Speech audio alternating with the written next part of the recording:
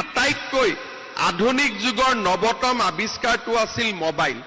যিদিনাখনৰ পৰা মানুহে মোবাইল আৱিষ্কাৰ কৰিলে মানুহ থমকি ৰোৱা নাই। মোবাইলতে কবিতা লিখি দিছে, মোবাইলতে গান লিখিছে, মোবাইলতে ধুনীয়া ধুনীয়া পৃথিৱীখন ফুৰিছে, মোবাইলতে চাৰ্জাৰী কৰিছে, মোবাইলতে ভিডিঅ'ত চাই চাই ৰবটেদি অপাৰেশ্যন কৰোৱাইছে। মোবাইল এনেকুৱা এটা বিপ্লৱ আৰম্ভ কৰিলে যে মানুহৰ চিন্তা কৰবাত লৈ গ'ল।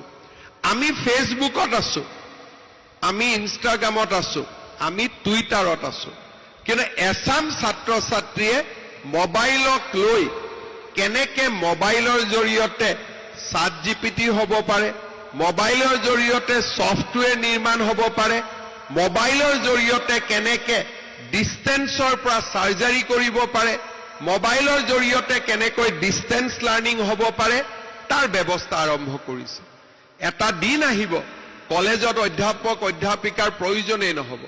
কলেজত মাত্ৰ ডাঙৰ ভিডিঅ' ৱাল এখন লাগি থাকিব ক্লাছৰুমত, আৰু আপোনালোকৰ লগত সুন্দৰভাৱে কথা পাতি গুৱাহাটী নিজৰ ঘৰত বহি এজনে ক্লাছ কৰি থাকিব।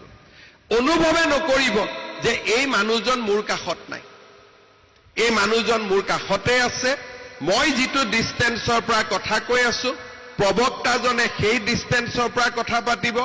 আপুনি যি প্ৰশ্ন কৰিব আপোনাৰ সেই প্ৰশ্নৰে উত্তৰ কৰিব। অলপ দিন পিছত আপোনালোকে গম পাব যে উত্তৰ কৰি থকা মানুহজন মানুহ নহয়, এটা